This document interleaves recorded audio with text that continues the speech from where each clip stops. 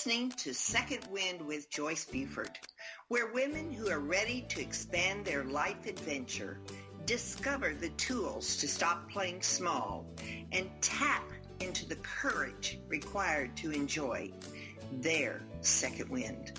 Welcome.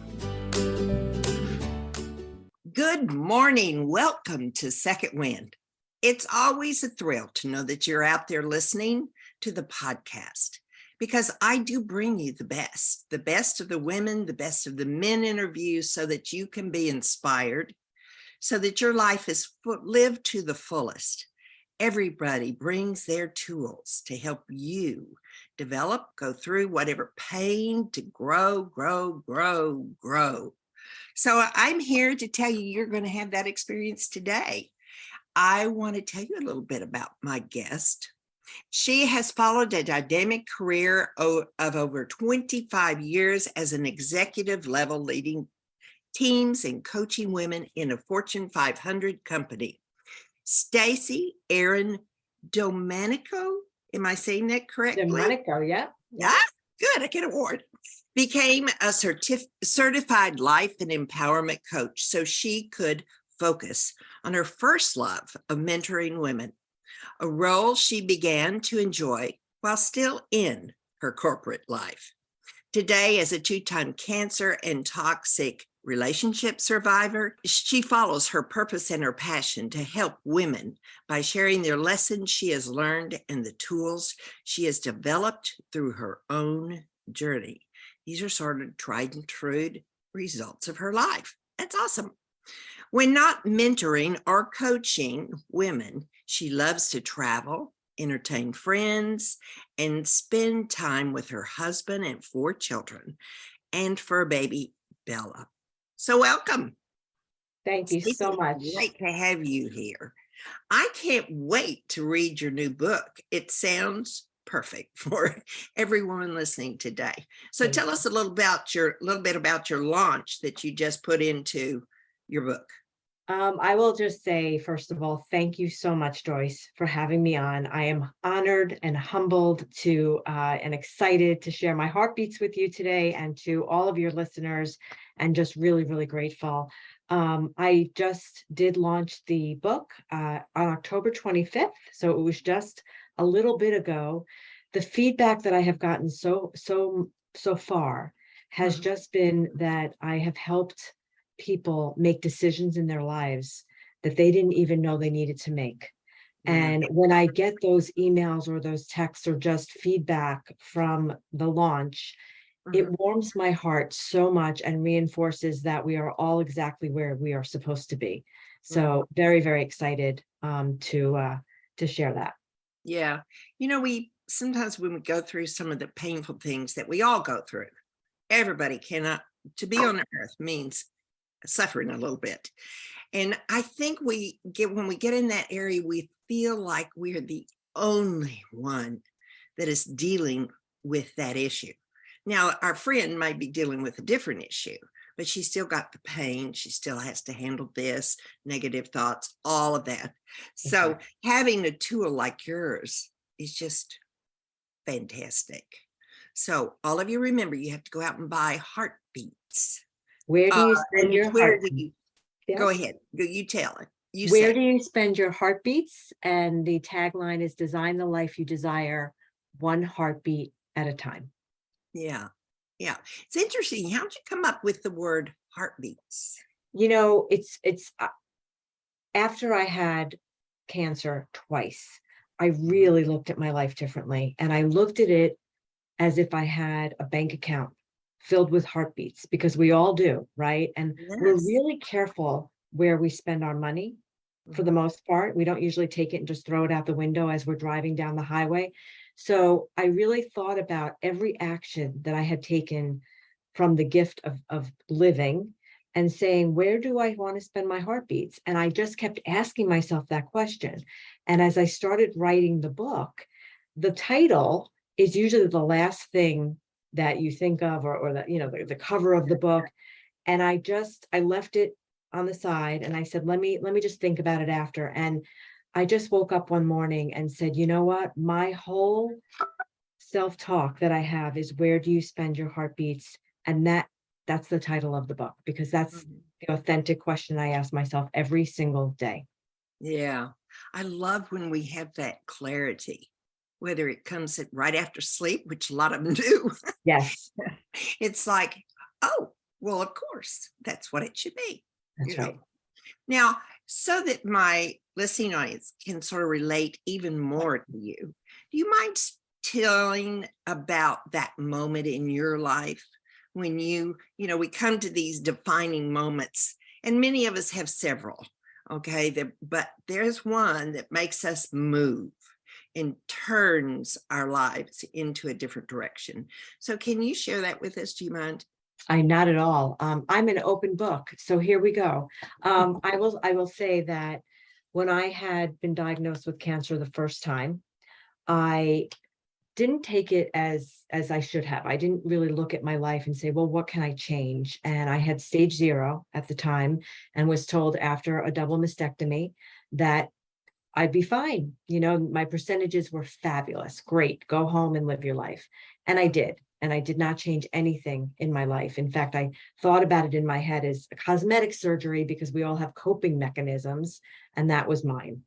Yeah. Well, 2 years later, I knew something was off, because we are CEOs of our body, and we know when we know our body.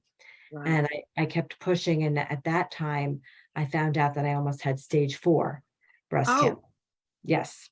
So breast cancer with no breasts? correct, correct. Okay. So exactly. I was an anomaly and a case study, and that's okay, because I'm here now and I'm sharing this message. Mhm. And I remember they threw the book at me: chemo, radiation, you name it, I had it. And one day, I wasn't sure of my statistics, and I wasn't sure how many days, years, whatever I had. Yeah. And I remember looking in the mirror after chemo, and it was just, I felt very weak, and and I looked in the mirror and I said, if this is it for me, if this is it for me, am I happy? And Mhm. the answer was absolutely not. And I Mhm. made the decision on that day. I will never forget looking in the mirror at myself after chemo, no hair, no nothing, like very gaunt. And I Mhm. said, I'm going to make it through this, and I'm going to turn my life around. And that was the moment. And the reason I wrote the book is because I don't want women or men to have to go through that catastrophic time to learn the lessons that I learned. And I feel so strongly about that, because we are here to help each other. Joyce, you just mentioned we don't need to feel alone. And it may be a different topic, but we're all connected, and we're here to help each other. Right. Right. Um, yeah. Can you tell me about how much time before when you got the diagnosis of the first cancer through to the last of the second cancer, the number of years you gave to this? To from the first time I had cancer to the second time, it was 2 years between the two. Yeah.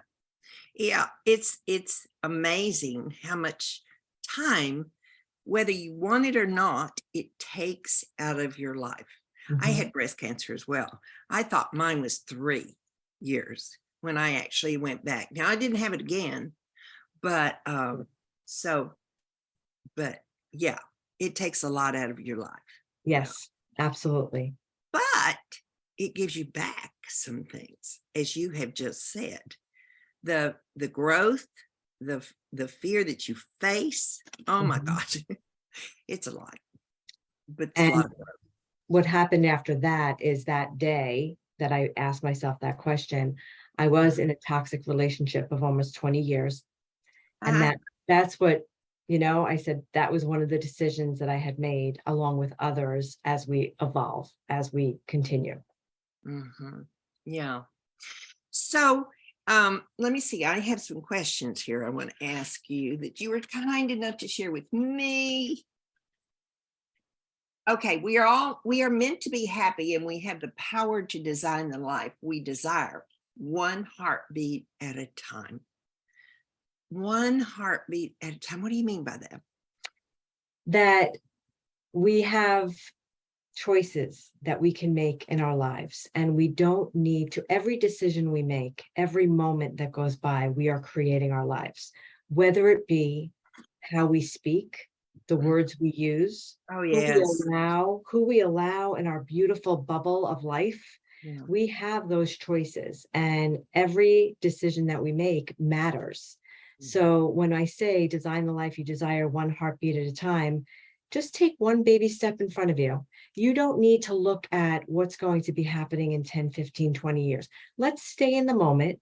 This is all we have. This conversation that you and I are having, Joyce, together, this beautiful moment is the only moment that we have right now. So one heartbeat at a time, and then you turn around and you're like, wow, I've really created a beautiful life. If we go too far into the future, that's where fear can come in, and it stops what we are meant to be doing. Mm-hmm. Yeah, one of the things you talked about is how we spend a lot of time just trying to make it through the sad times. It'll be better after. It'll be better tomorrow.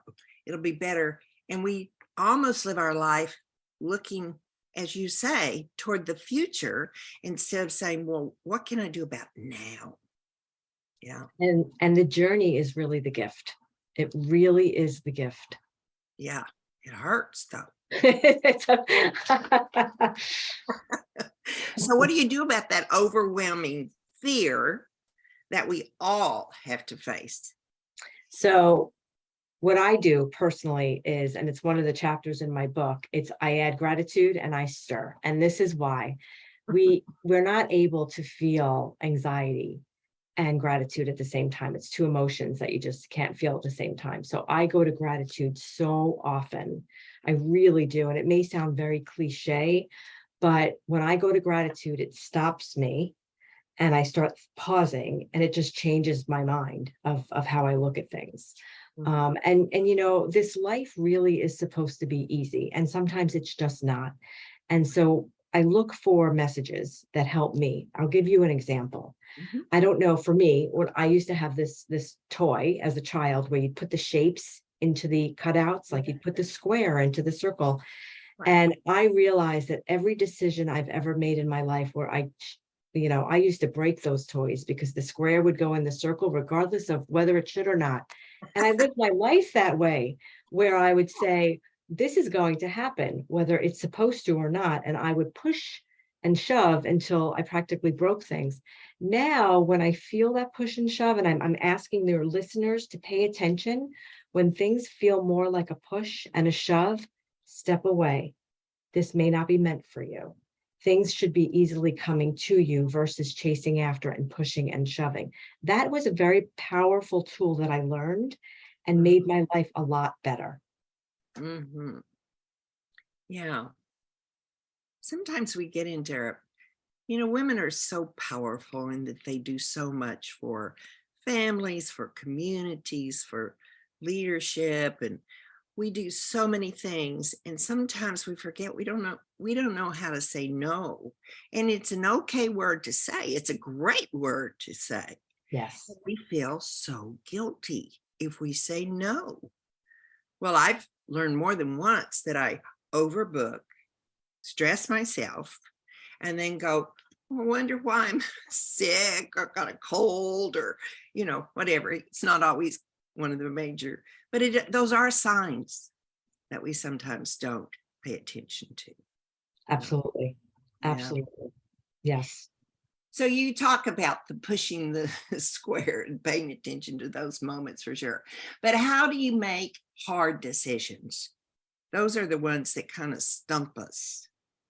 Yes. I do what I call, and I just did this the other day, the stethoscope gut check. And it's just a tool that I use. And I picture myself, if I have to make a decision, going one way or another way, because those are hard and you second guess yourself all the time. And that's us as humans. And that's okay. No shame, no blame. It's just how we're built. So if I think about a decision I need to make, I sit very quietly and I picture myself making one decision, and I really pay attention to how my gut feels. Does it feel excited? Does it feel scared? What does it feel? Does it feel calm? And then I stop and I picture myself going in the other direction Mhm. with the other decision, and I really pay attention to what my gut says. And if I can't make a decision at the moment, I try to let it go. And I know that something will happen to kind of move me to the right direction that's meant for me. But the gut check, I use that with my clients so often, and it really, it usually is spot on. Yeah. Do you ask, I'm just asking because it sort of reminds me of another one that I used with a lady that was coaching me. She would ask where it is in my body. Absolutely. Yes. So is that part of your practice? Because it could show you where you're holding on to it. Mhm. And that can give you some information as well. I don't use that part as often, but that definitely is a very strong technique. Yeah. Yeah. And some people will say, well, I don't feel it anywhere in my body. It's so hard to get sensitive enough to actually read your body.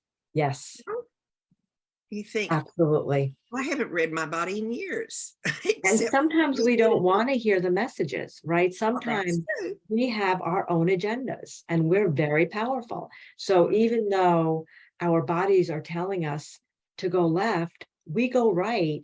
And that's part of the journey. It is part of the journey because eventually we will need to make some of those decisions again. Yeah. Yeah. Do you ever think they run or they come back in circles? Do you ever see decisions that we ignore come back, or I guess they persist, don't they? They don't. Yeah. I have seen that time and time. I believe that we're here to learn certain lessons and grow. And when we don't learn that lesson or grow from that certain situation, it will come back. And until we have learned that or have gotten through or had the skills to kind of move past it, it will. I have many different scenarios in my life that I have seen that happen. Right. So what is your practice? Do you have a morning practice that you do or evening practice that you do to keep yourself strong?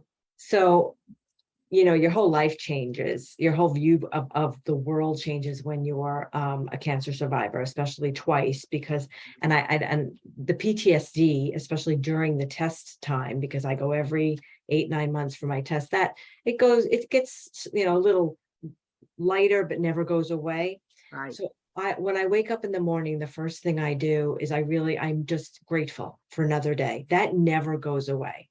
And I almost picture somebody handing me one of those juice boxes that you throw in a lunch bag. And my job is to drink that juice box, every drop of juice until it's flat. That is just my visual in the morning.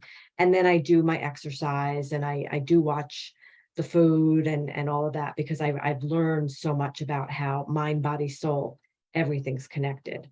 But Right. that's really my practice. Yeah. Yeah.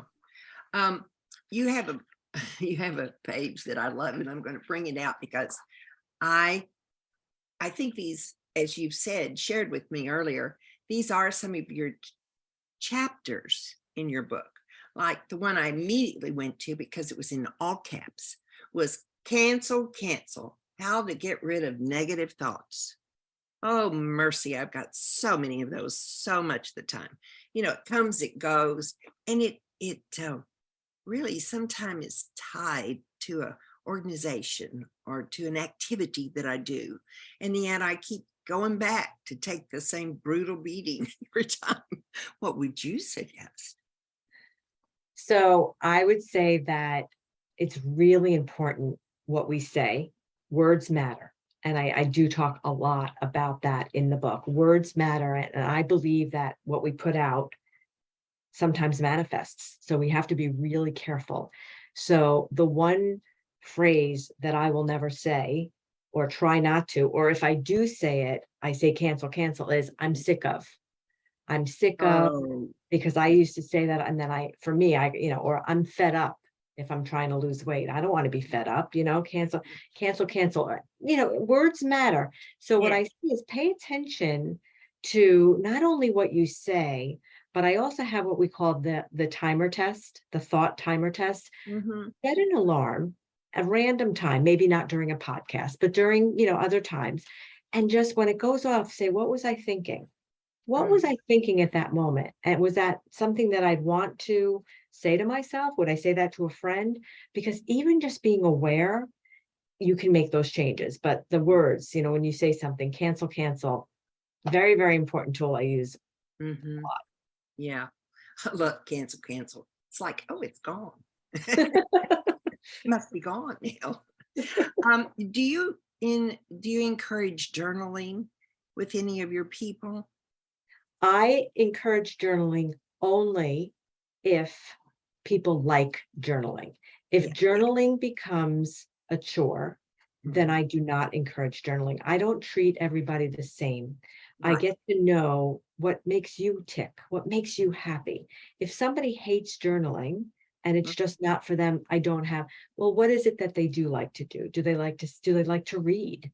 Do they mm, like to sit in quiet? Do they like to, so I get to know what works for them mhm. authentically, and then we use those tools. But if you are a journaler and you enjoy it, it's a very powerful tool, but it's one of many. Yeah. Yeah. Um,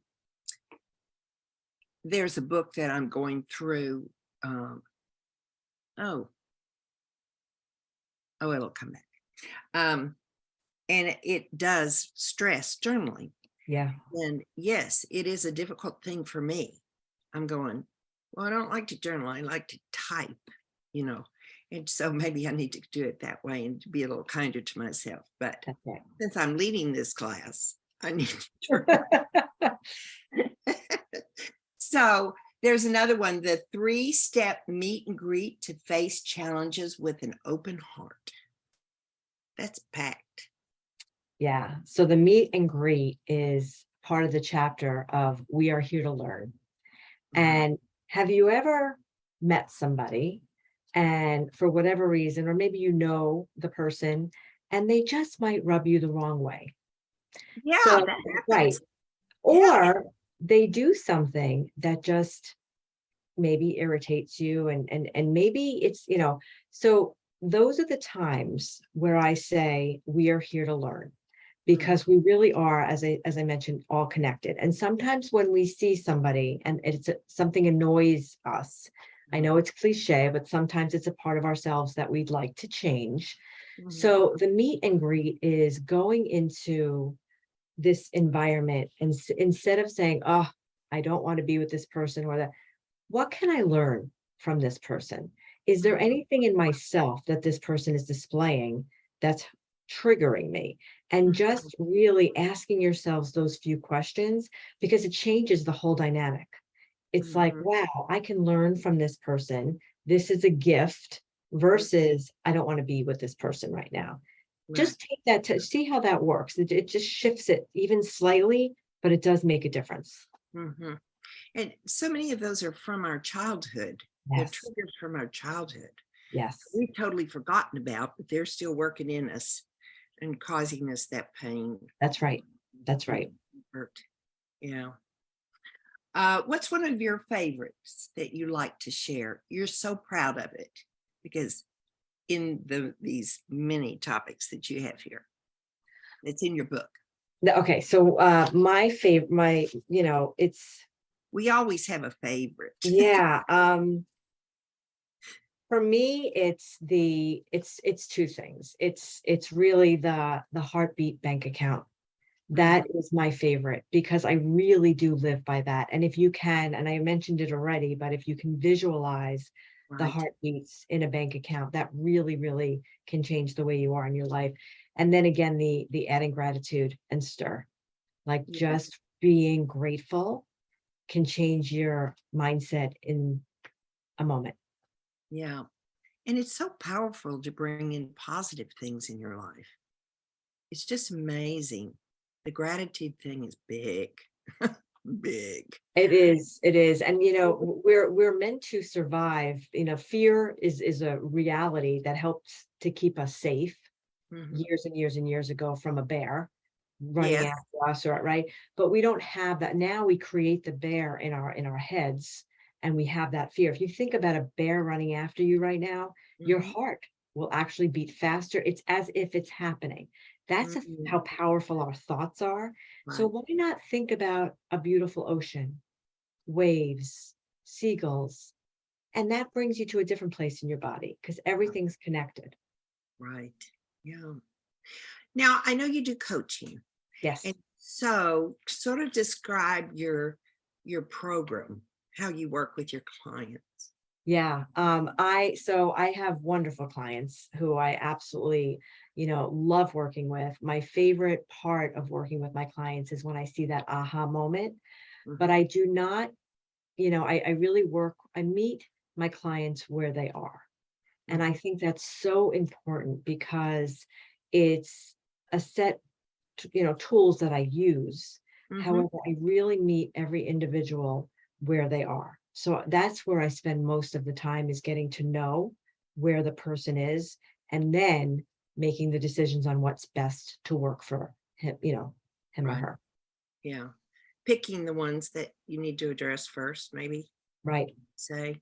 Yeah, Yes. usually multiples.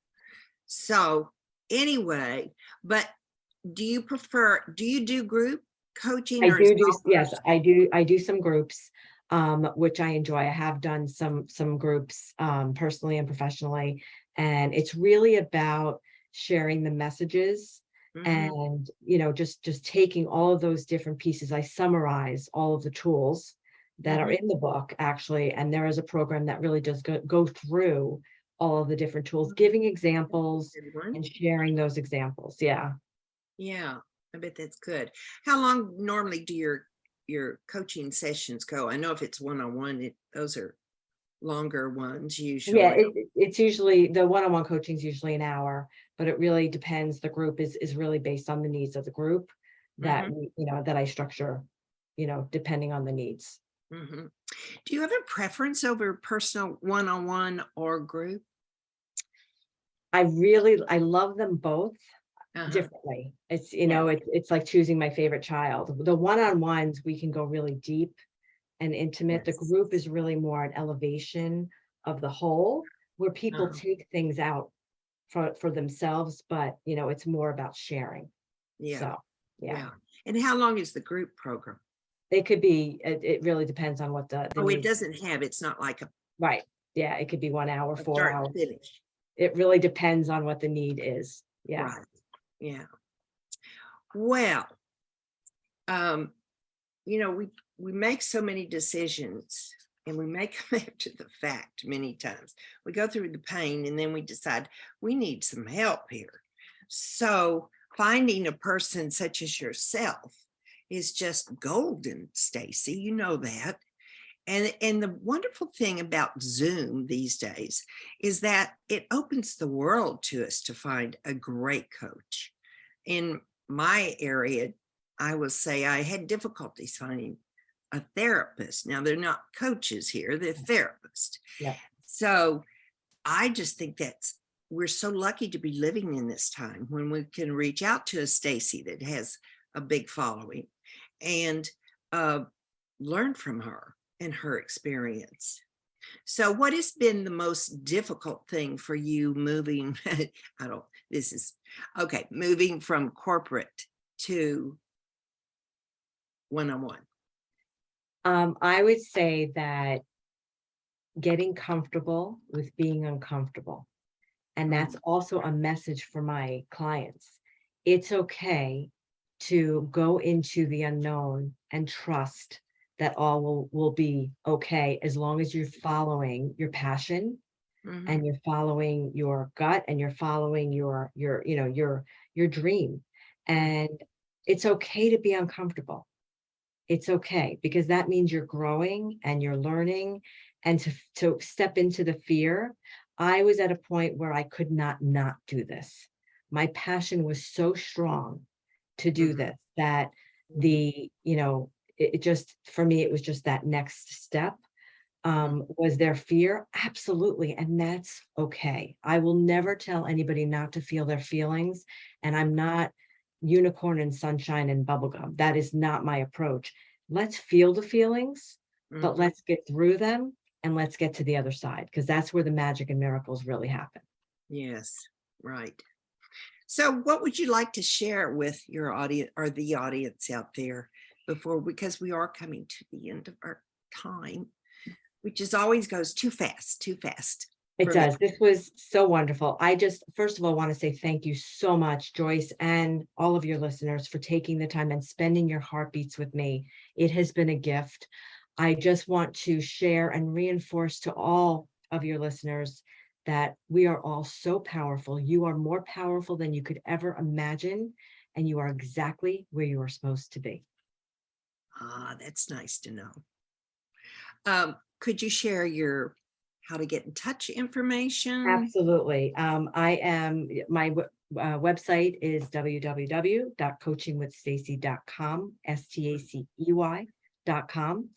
I am also on Instagram at Coaching with Stacey, again, STACEY. I'm on LinkedIn at Stacey Aaron Domanico. My book is on Amazon. I think it's sold out on Barnes and Noble, but it's also on BookBaby. Amazon's got it. They've got the world. Amazon got the world. Yeah. I am really looking forward to connecting with as many people as possible, as I would love to just really make a difference in this world and help others. And I'm here passionately to do that. Now, if there's somebody that has a question, how do they get to you? Do you want an email? Do you want a call? What would you like? They can either go on my website and submit a question. My email address is stacey@coachingwithstacey.com. Again, stacey@coachingwithstacey.com.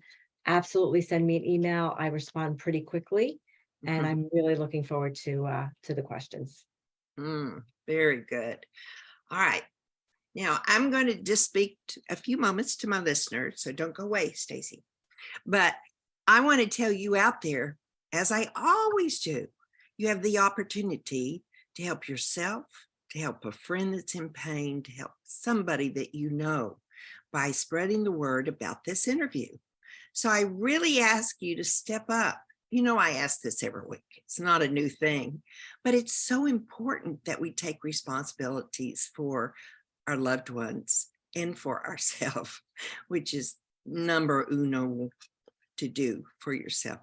So there's so much waiting out there for you. If you can get through the pain, understand it, and maybe you do choose to work with a coach after you've read Heartbeats, that's going to give you enough tools to cope until you do get with a coach. And Stacey might be the right one. So thank you for being here today. I really, really enjoy knowing that you're there, and that we're coming to the close of the holiday this year and entering into the holiday season. And I really want you to realize there's lots of stress out there. So prepare yourself before facing the stress of the day. That's my wish for you this week. I look forward to you coming back and seeing us being here whenever you can, because it's always about you. This is your radio podcast. Thank you for being here. Have a great holiday. Joyce Buford returns next week at the same time for another edition of Second Wind. Through the Joyce Buford Empowerment System, women are receiving the support they need through their transitions and are able to reclaim their true purpose with confidence. They receive the tools they need to map out new lives. You can find out more about her coaching services at joycebufordempowers.com.